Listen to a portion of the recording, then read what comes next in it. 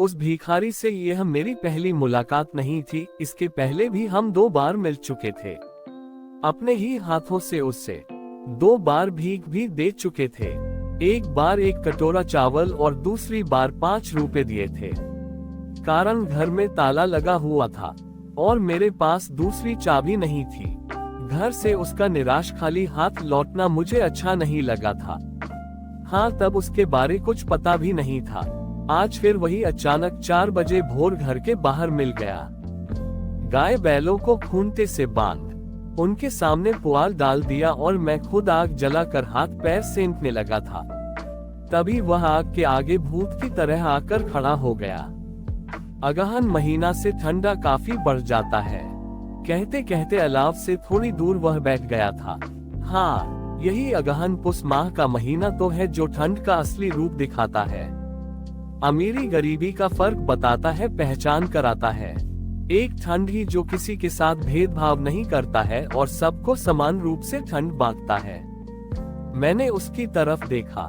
देह पर मात्र एक फटा पुराना कुर्ता, पैरों में पुरानी फटी चप्पल और अपनी कांपती देह पर एक फटी चादर उसने ऊपर से ओढ़ रखी थी तथा कंधे पर एक मटमैला सा झोला टांग रखा था। आप आग तापिए, मैं अभी आया। एक भीख कह मैं अंदर गया और एक पुरानी स्वेटर लाकर उसे देकर कहा, इसे पहन लीजिए, ठंड से बचने में मदद मिलेगी, ऊन की है।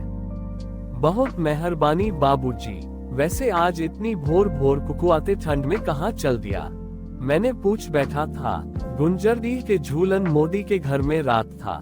घर की औरतें आधी रात को ही कोयला लाने जाने के लिए कदकदाने लगी थी। मुझे भी उठकर जाने को कह दिया। रात का पता न चला, निकलकर सीधे इधर आ गया। पर इतनी भोर जाओगे कहाँ? इतनी सवेरे कोई भीख भी नहीं देंगे। पहले के श्रवणिया पंडा लोग 4 बजे भोर हमारे घरों से भीख मांग ले जाते थे। आपने भी देखा होगा शायद। हम तो गांव घर के हैं, फिर भी इतनी सवेरे जाओगे कहाँ? पहले मझली टांड जाऊंगा, वहाँ से परतापुर और फिर बिरनी होते हुए घर। घर में कौन कौन है? बेटा है, पुतोहू है और एक पोता और एक पोती भी। 2 बेटियां थी, दोनों की शादी कर दी। घर में पूरा परिवार है, फिर भी भीख मांगते फिरते हो। हमारा परिवार मेरी पत्नी थी, पिछले साल उसकी मृत्यु हो गई। घर में जो परिवार है वो मेरे बेट का परिवार है और उन लोगों ने हमें घर से निकाल दिया है। ऐसा क्यों? अब कमा जो नहीं पाता। आपका नाम क्या है? राम प्रसाद।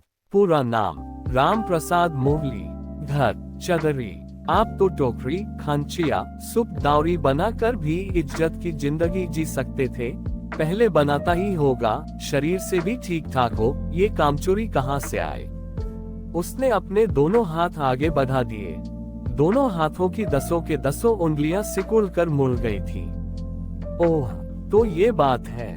2 बार मैंने आपको भीख दी है, पर कभी हाथ की अंगुलियों पर ध्यान नहीं गया। सचमुच दुख हुआ। राशन कार्ड से आपको गेहूं चावल तो मिलते होंगे। आग में लकड़ी डालते हुए फिर मैंने पूछा, उससे आपका अकेले का तो गुजारा हो जाता। पुतोहू ने राशन कार्ड छीन ली है। बेटा से बोलता, आज की बहुओं के आगे बेटों की कहाँ चलती है बाबू। खेती बाड़ी तो कर सकते थे। 6 बूढ़ों की 22 एकड़ जमीन है, लेकिन सब बेकार पड़ती पई है। जब से सरकार ने राशन कार्ड से अनाज देना शुरू किया है, गांव में लोग खेती बाड़ी करना ही छोड़ दिया है। और बेटा क्या करता है? बैंक से लोन में पैसा लिया और मोटरसाइकिल खरीद ली। अब उसका कर्जा भरने के लिए गांव में इसके उसके घर में पचोड़ा सचोड़ा करते फिरता है। पुश्तैनी धंधा, टोकरी खंचिया बनाकर भी वह पैसे कमा सकता था। बाजार में हाथ के बने सामान आज भी बहुत महंगी दामों में बिकते हैं। आज के लड़के खेती बाड़ी और पुश्तैनी धंधे को बड़ी गिरी हुई नजरों से देखते हैं। बेटा को हमने कई बार कहा, लेकिन उसका एक ही जवाब होता है, इस धंधे में अब कुछ नहीं रखा है। क्या कहूँ बाबू, एक समय था जब तेलोहटिया में रामप्रसाद मोहली के हाथों बनी सूप डोरी और टोकरी खंचिया को लोग खोज खोज कर लेते थे। कुछ तो घर आकर खरीद ले जाते थे। आज हर आदमी अपने अपने पुश्तैनी धंधों से दूर होते जा रहा है। किसान खेत से दूर हो रहा है। कुम्हार चाक चलाना छोड़ रहा है। लोहार लोहा गलाना छोड़ दिया। हर आदमी अपनी वृत्ति से मुंह मोड़ रहा है। हाथ ने मुझे भी लाचार कर दिया है, क्या करूं, भीख मांगता फिरता हूं। कहते कहते उसकी आंखें भर आई थी। इसी के साथ वह उठ गया था। चलता हूं बाबू, जाने में घंटा भर लग जाएगा। और वो चला गया था। मैं देर तक यही सोचता रहा कि इस मुफ्त की राशन ने कितनों को निकम्मा बना दिया है।